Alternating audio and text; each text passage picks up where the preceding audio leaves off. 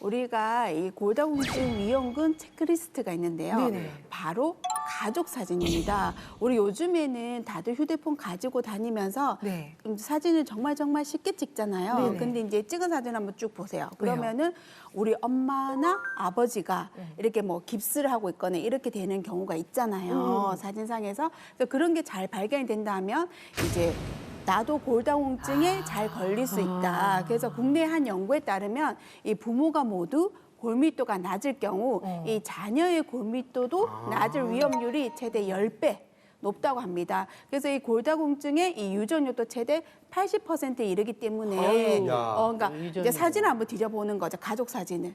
그래서 가족 중에 자주 부모님께서 이렇게 깁스를 하거나 뭐 병원에 입원해 계셨다면 나도 굉장히 주의를 해야 된다는 거죠. 위험하다. 어떠세요? 혹시 골다공증 가족력 있으신가요? 저는 진짜 내 눈으로 아주 똑바로 그냥 엄마가 안방에서 거실로 나오다가 그냥 잠깐 쓰러지셨는데 그냥 너무 아파하는 거예요. 그래가지고 바로 119 응급차로 갔는데 그때 어머니 나이가 몇이셨나요? 엄마가 그때 한 80대. 80대. 근데 여기 그 고관절 여기가 다 부서졌어요. 아이고. 이게 붙일 수도 없게. 최악의 골절.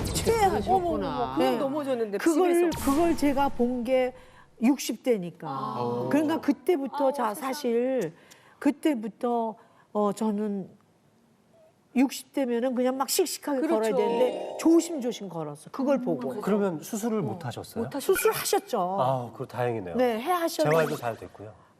다 됐는데 그래도 움직이지 못하시는 거예요. 그 후로 5년 동안 누워 계시고. 거동을 못 하시게 네, 됐군요. 네. 고생 무척했어. 어머니 때문에. 어머나. 난 근데 근데 그런 엄마가 줄 좀 모르고. 약하셨어요. 골다공증이 있으셨겠네요. 네, 네. 근데 너무 황당하다. 집에서 집에서. 선생님 정말 조심하셔야겠네요. 네. 근데 어머님께서 당시 겪으셨던 이 고관절 골절은 정말 죽음에까지 이를 수 있는 네. 골절 중에 정말 최악의 골절이라고 할 수 있겠는데요.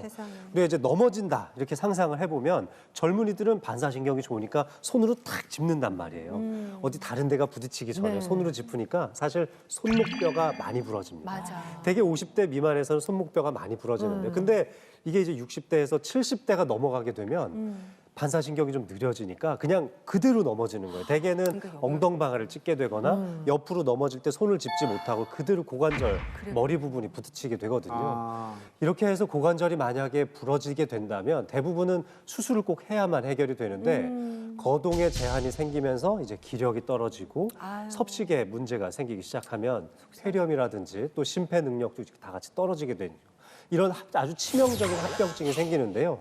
이 실제로 통계를 보면은 고관절 골절 후에 2년 내에 사망할 수 있는 가능성이 약 24%예요. 그러니까 4명 중 1명은 고관절 부러지면 사망한다는 얘기예요.